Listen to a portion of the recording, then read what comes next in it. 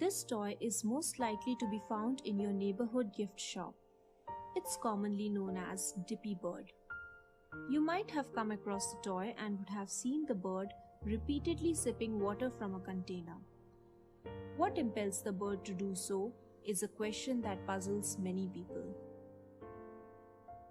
Often mistaken for a perpetual motion machine, the Dippy Bird is actually a heat engine. We will use this toy heat engine as a practical example for understanding a few scientific phenomena. Let us begin by understanding the components of the toy. A glass of water is placed directly in front of the bird. The bird's body comprises of a glass tube that connects two hollow glass bulbs. The bottom bulb forms the bird's bottom and the top bulb forms the bird's head. The head and the beak are covered with a felt cloth for good absorption of water. A red-colored volatile liquid, that is dichloromethane, partly fills the tube as well as the bird's bottom. The empty space inside the body is not occupied by air. Instead, it is occupied by vapor evaporated from dichloromethane liquid.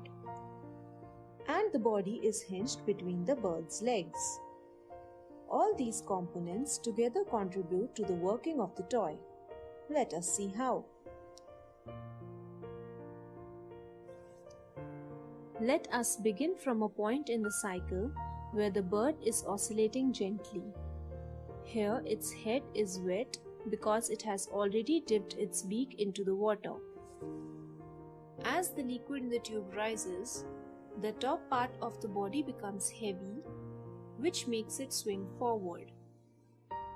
The beak gets dipped in the water, while the end of the tube in the bird's bottom rises above the liquid level. This gives way for vapor bubble to travel through the tube into the head, draining the liquid out of the tube. Thus, the bird becomes upright and starts oscillating again.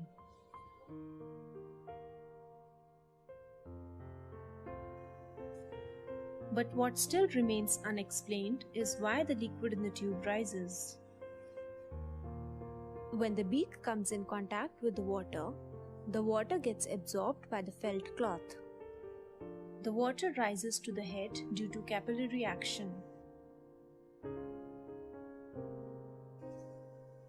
As the water evaporates, it slowly cools the bird's head. This process is known as evaporative cooling.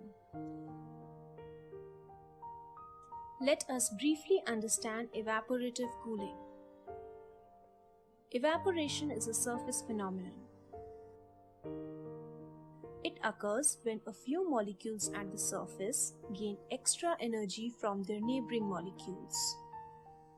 This makes them escape into the space above the liquid. Thus, the high energy molecules escape, leaving behind the low energy ones. This decrease in energy is accompanied by a decrease in temperature of the liquid.